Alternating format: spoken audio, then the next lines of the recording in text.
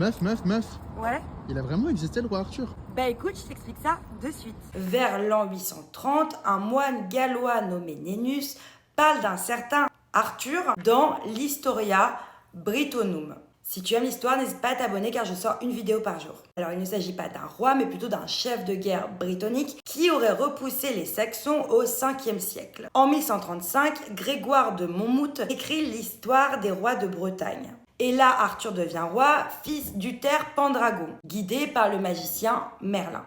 C'est une version déjà romancée pour flatter les rois normands d'Angleterre. Et à la fin du XIIe siècle, les poètes comme Chrétien de Troyes rajoutent le mythe de la table ronde. Lancelot, Guenièvre et la quête du Graal. On y mêle alors légendes celtiques, mythes chrétiens et amour courtois. Et au fil du Moyen-Âge, chaque royaume réécrit l'histoire à sa sauce. Les Gallois en font un héros national, les Bretons un symbole de résistance et les Anglais un ancêtre glorieux. Et au 19e siècle, l'Angleterre victorienne ressuscite la légende.